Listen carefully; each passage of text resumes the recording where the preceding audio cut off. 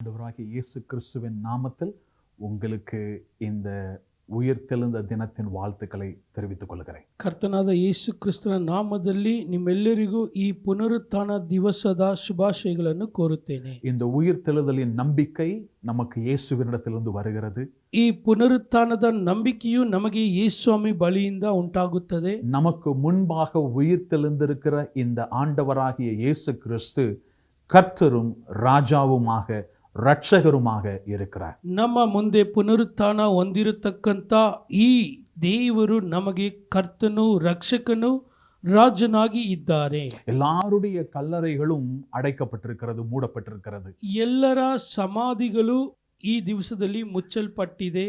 புதைக்கப்பட்டவர்கள் யாரும் உயிர்த்தெழுந்ததாக சரித்திரமே இல்லை. ಹೂಣಲ್ಪಟ್ಟವರು ಯಾರು ಪುನರುತ್ಥಾನವಾದ ರೀತಿಯಲ್ಲಿ ಚರಿತ್ರೆಯೂ ಇಲ್ಲ. ஆனால் இந்த உலகத்தில் அடக்கம் பண்ணப்பட்ட ஒரே ஒரு மனிதனுடைய கல்லறை மாத்திரம் திறந்திருக்கிறது. அது ஆண்டவராகிய இயேசு கிறிஸ்துவின் கல்லறை. ಆದರೆ ಈ ಲೋಕದಲ್ಲಿ ಒಬ್ಬರ ಸಮಾಧಿ ಮಾತ್ರ ತೆರೆದಿದೆ. ಅದು ದೇವರಾದ ಯೇಸು ಕ್ರಿಸ್ತನ ಸಮಾಧಿ. அந்த கல்லறைக்கு ரோம சேவகர்களும் சாட்சிகளாக இருக்கிறார்கள். ಆ ಸಮಾಧಿಗೆ ರೋಮ ಸೇವಕರುಗಳು ಕೂಡ ಕಾವಲುಗಾರರಾಗಿ ಸಾಕ್ಷಿಯಾಗಿದ್ದಾರೆ. அந்த கல்லறைக்கு யூத தலைவர்களும் சாட்சிகளாக இருக்கிறார்கள். ಆ ಸಮಾಧಿಗೆ ಯಹೂದ್ಯರ ಹಿರಿಯರು ಕೂಡ ಸಾಕ್ಷಿಗಳಾಗಿದ್ದಾರೆ. அந்த கல்லறைக்கு 11 சீஷர்களும் சாட்சிகளாக இருக்கிறார்கள். ಆ ಸಮಾಧಿಗೆ 11 ಶಿಷ್ಯರುಗಳು ಸಾಕ್ಷಿಯಾಗಿದ್ದಾರೆ. பவுல் இந்த உயிர்த்தெழுந்த ஆண்டவராகிய இயேசு கிறிஸ்து தோன்றினதற்கு தங்களுடைய சாட்சிகளை அவர் தன்னுடைய நிருபத்தில் பட்டியலிடுகிறார். ಪೌಲನು ಪುನರುತ್ಥಾನವಾದ ಯೇಸು ಕ್ರಿಸ್ತನ ಪ್ರತ್ಯಕ್ಷವನ್ನು ಸಾಕ್ಷಿಯಾಗಿ ಆತನ ಪತ್ರಿಕೆಯಲ್ಲಿ ಬರೆದಿದ್ದಾನೆ. ஆகவே இந்த உயிர்த்தெழுதல் எந்த சந்தேகத்திற்கும் இடமில்லாமல் அவர் நிச்சயமாகவே உயிர்த்தெழுந்தால் என்பதற்கு ஒவ்வொரு அப்போஸ்தலர்களும் சாட்சிகளாய் இருக்கிறார்கள். ಈ ಪುನರುತ್ಥಾನಕ್ಕೆ ಯಾವ ಒಂದು ಸಂದೇಹವೂ ಇಲ್ಲದ ಹಾಗೆ ಪ್ರತಿಯೊಂದು ಅಪೊಸ್ತಲರು ಪ್ರತಿಯೊಂದು ಪತ್ರಿಕೆಯಲ್ಲೂ ಸಾಕ್ಷಿಗಳನ್ನು ಬರೆದಿದ್ದಾರೆ. கடைசியாக பவுல் சொல்லுகிறார், எனக்கும் அவர் காட்சி கொடுத்தார் என்று சொல்லுகிறார். ಕೊನೆಯದಾಗಿ ಪೌಲನಿಗೆ ಅನ್ನುತ್ತಾನೆ, ಆತನು ನನಗೂ ಕೂಡ ಪ್ರತ್ಯಕ್ಷನಾದನು ಎಂಬುದಾಗಿ. இன்று நான் உங்களுக்கு சொல்லுவேன், இந்த உயிர்த்தெழுந்த இயேசு கிறிஸ்துவின் வல்லமை உங்களுக்குள்ளும் எனக்குள்ளும் கிரியை செய்து கொண்டிருக்கிறது. ಇವತ್ತು ನಾನು ನಿಮಗೆ ತಿಳಿಸುತ್ತೇನೆ, ಈ ಪುನರುತ್ಥಾನನಾದ ಯೇಸು ಕ್ರಿಸ್ತನ ಶಕ್ತಿಯು ನಿಮ್ಮಲ್ಲಿಯೂ ನನ್ನಲ್ಲಿಯೂ ಕೆಲಸ ಮಾಡುತ್ತಾ ಇದೆ. மரித்தேன், ஆனால் இதோ சதா காலங்களிலும் உயிரோடு இருக்கிறேன் என்று தேவனுடைய வார்த்தை சொல்லுகிறது. ಸತ್ತೆನು ಈಗ ಸದಾ ಕಾಲವೂ ಜೀವಂತನಾಗಿ ಇದ್ದೇನೆ ಎಂಬುದಾಗಿ ದೇವರ ವಾಕ್ಯ ತಿಳಿಸುತ್ತದೆ. மறந்து விடாதீர்கள், இந்த உயிர்த்தெழுந்த ஆண்டவராகிய இயேசு கிறிஸ்துவின் பிரசன்னம் உங்களிலும் என்னிலும் வாசம் பண்ணி கொண்டிருக்கிறது. ಮರೆತು ಬಿಡಬೇಡಿ, ಈ ಪುನರುತ್ಥಾನನಾದ ಯೇಸು ಕ್ರಿಸ್ತನ ಪುನರುತ್ಥಾನ ಶಕ್ತಿಯು ನಿಮ್ಮಲ್ಲಿಯೂ ನನ್ನಲ್ಲಿಯೂ ವಾಸವಾಗಿದೆ. அவருடைய வல்லமைக்கு முன்பாக இந்த பூமியில் இருக்கிற சகல வல்லமைகளும் முழங்கால் படியிட்டுதான் ஆக வேண்டும். ಆತನ ಶಕ್ತಿಯ ಮುಂದೆ ಈ ಲೋಕದಲ್ಲಿರುವ ಪ್ರತಿಯೊಂದು ಶಕ್ತಿಯು ಮೊಣಕಾಲು ಊರಲೇಬೇಕು. அந்த வல்லமைக்கு முன்பதாக எந்த வல்லமையும் இல்லாமல் போய்விடும். ಆ ಶಕ್ತಿಯ ಮುಂದೆ ಯಾವ ಶಕ್ತಿಯೂ ಇಲ್ಲದ ಹಾಗೆ ಹೋಗುತ್ತದೆ. இன்றைக்கு அந்த வல்லமையின் மீது நம்பிக்கை வையுங்கள். ಇವತ್ತು ಆ ಶಕ್ತಿಯ ಮೇಲೆ ನಂಬಿಕೆಯನ್ನು ಇಡಿ. அந்த உயிர்த்தெழுந்த தேவன் மீது உங்கள் விசுவாசத்தை வையுங்கள்.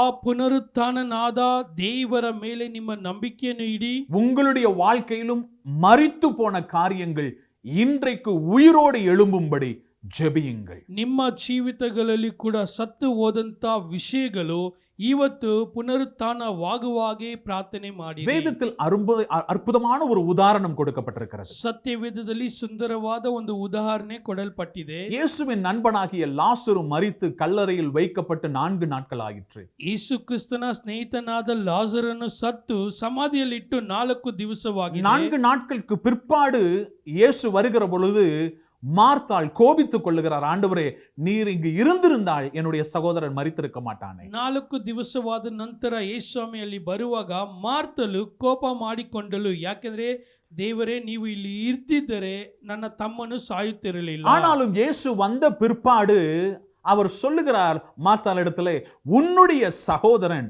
உயிரோடு எழுந்திருப்பான் என்று சொல்லுகிறார். ಮಾರ್ತಲ ಬಳಿ ಯೇಸುಸ್ವಾಮಿ ಬಂದು ಈಗ ಅನ್ನುತ್ತಾನೆ, ನಿನ್ನ ಸಹೋದರನು ತಮ್ಮನು ಜೀವಂತವಾಗಿ ಎದ್ದು ಬರುತ್ತಾನೆ ಅಂತ ಹೇಳಿದರು. ஆனால் மார்த்தாள் சொல்லுகிறார், ஆண்டவரே உண்மைதான், உயிர்த்தெழுதலின் நாளிலே அவன் உயிரோடு எழுந்திருப்பான் என்று சொல்லுகிறார். ಮಾರ್ತಲು ಈಗ ಅನ್ನುತ್ತಾಳೆ, ಹೌದು ಸ್ವಾಮಿ, ನೀವು ಹೇಳಿದ್ದು ನಿಜವೇ, ಸತ್ತವರಿಗೆ ಕಡೆ ದಿವಸದಲ್ಲಿ புனருத்தானவாகுವುದು ಅಂದಳು. ஆனால் 25வது வசனத்தை நீங்கள் பார்த்தீர்கள் என்று சொன்னால் யோவான் 11ஆம் அதிகாரத்திலே, ಆದರೆ ಯೋಹನ 11ನೇ ಅಧ್ಯಾಯ 25ನೇ ವಾಕ್ಯದಲ್ಲಿ ನೀವು ನೋಡುವುದಾದರೆ இயேசு மரியாளை பார்த்து சொல்லுகிறார், நானே உயிர்த்தெழுதலும் ஜீவனுமாய் இருக்கிறேன், என்னை விசுவாசிக்கிறவன் மரித்தாலும் பிழைப்பான். ಯೇಸುಸ್ವಾಮಿ ಆಕೆಗೆ, ನಾನೇ ಪುನರುತ್ಥಾನವೂ ಜೀವವೂ ಆಗಿದ್ದೇನೆ, ನನ್ನನ್ನು ನಂಬುವವನು ಸತ್ತರೂ ಬದುಕುವನು. இன்றைக்கு அந்த கர்த்தருடைய வார்த்தை உங்களிடத்தில் பேசப்படுகிறது.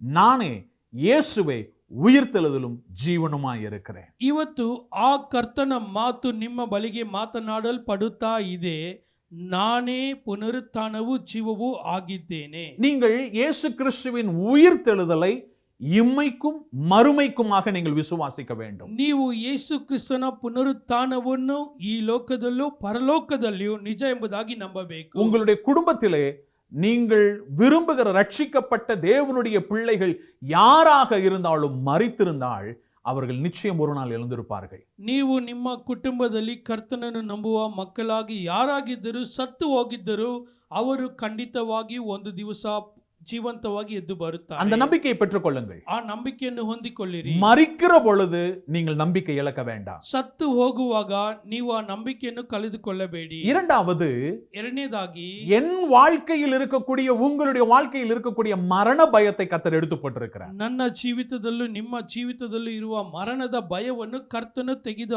மரணத்தை ಹಾಕಿದ್ದಾನೆ. வைத்து நம்மை யாரும் மிரட்ட முடியாது, பயமுறுத்த முடியாது. ಮರಣವನ್ನು ಇಟ್ಟು ನಮ್ಮನ್ನು ಯಾರಿಂದಲೂ ಗದರಿಸಲು ಸಾಧ್ಯವಿಲ್ಲ, ಭಯಪಡಿಸಲು ಸಾಧ್ಯವಿಲ್ಲ. மூன்றாவது, ஆண்டவர் எனக்கு ஒரு நம்பிக்கையை கொடுத்திருக்கிறார். ಮೂರನೇದಾಗಿ ದೇವರು ನನಗೆ ಒಂದು ನಂಬಿಕೆಯನ್ನು ಕೊಟ್ಟಿದ್ದಾರೆ. நான் நித்திய வாழ்விலே கைவிடப்பட மாட்டேன், நிச்சயமாய் ஆண்டவரோடு சேர்த்துக் கொள்ளப்படுவேன். ನಾನು ನಿತ್ಯವಾದ ಕಾಲದಲ್ಲಿ ಲೋಕದಲ್ಲಿ ಕೈ ಬಿಡಲ್ಪಡುವುದಿಲ್ಲ, ದೇವರು ನನ್ನನ್ನು ಸೇರಿಸಿಕೊಳ್ಳುತ್ತಾರೆ. காரணம், என் ஜீவன் மீது ஆண்டவருக்கு அதிகாரம் இருக்கிறது. ಕಾರಣ ನನ್ನ ಜೀವದ ಮೇಲೆ ದೇವರಿಗೆ ಅಧಿಕಾರ ಉಂಟು. என் ஜீவன் இயேசு கிறிஸ்துவோடு கலந்திருக்கிறது. ನನ್ನ ಜೀವವು ಯೇಸು ಕ್ರಿಸ್ತನ ಸಂಗಡ ಬೆರೆತಿದೆ. நான் மரிக்கும் போது புதைக்கப்பட மாட்டேன், விதைக்கப்படுவேன். ನಾನು ಸಾಯುವಾಗ ಹೂಣಲ್ಪಡುವುದಿಲ್ಲ, ಬಿತ್ತಲ್ಪಡುತ್ತೇನೆ. காரணம், என் ஆண்டவராகிய இயேசு கிறிஸ்து உயிர்த்தெழுதலும் ஜீவனுமாய் இருக்கிறார். ಕಾರಣ ನನ್ನ ದೇವರಾದ ಯೇಸು ಕ್ರಿಸ್ತನು ಪುನರುತ್ಥಾನವೂ ಜೀವವೂ ಆಗಿದ್ದಾನೆ. இன்றைக்கு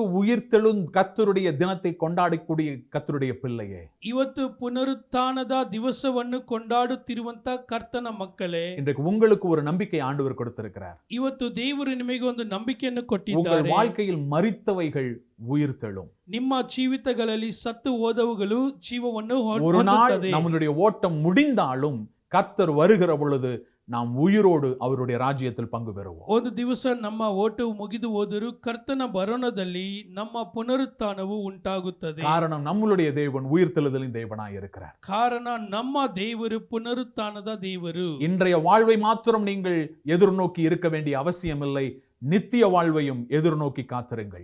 ಈಗಿನ ಬದುಕಿನ ಬಗ್ಗೆ ಮಾತ್ರ ನೀವು ಎದುರು ನೋಡುತ್ತಾ ಇರಬೇಕಾಗಿಲ್ಲ, ನಿತ್ಯವಾದ ಬದುಕಿನ ಬಗ್ಗೆ ಕೂಡ ಎದುರು ನೋಡುವಿಕೆಯಿಂದ ಇರಿ. உங்களுக்காக ஒரு இடத்தை கர்த்தர் ஆயத்தம் பண்ணி கொண்டிருக்கிறார். ನಿಮಗೋಸ್ಕರ ಒಂದು ಸ್ಥಳವನ್ನು ಕರ್ತನು ಸಿದ್ಧ அவர் ಮಾಡುತ್ತಿದ್ದಾನೆ. வருகிற பொழுது நம்மை சேர்த்துக் கொள்வார். ಆತನು ಬರುವಾಗ ನಮ್ಮನ್ನು ಸೇರಿಸಿಕೊಳ್ಳುತ್ತಾನೆ. மீண்டுமாக உங்களுக்கு உயிர்த்தெழுந்த இயேசு கிறிஸ்துவின் தினத்தினுடைய வாழ்த்துக்களை தெரிவித்துக் கொள்ளுகிறேன். கர்த்தர் உங்களோடு கூட இருப்பாராக. ಮತ್ತೊಂದು ಸಾರಿ ಕೂಡ ಪುನರುತ್ಥಾನನಾದ ಯೇಸು ಕ್ರಿಸ್ತನ ದಿವಸವಾದ ಶುಭಗಳನ್ನು ನಿಮಗೆ ಕೋರುತ್ತೇನೆ. ಕರ್ತನು ನಿಮ್ಮ ಜೊತೆ ಇರಲಿ. God bless you.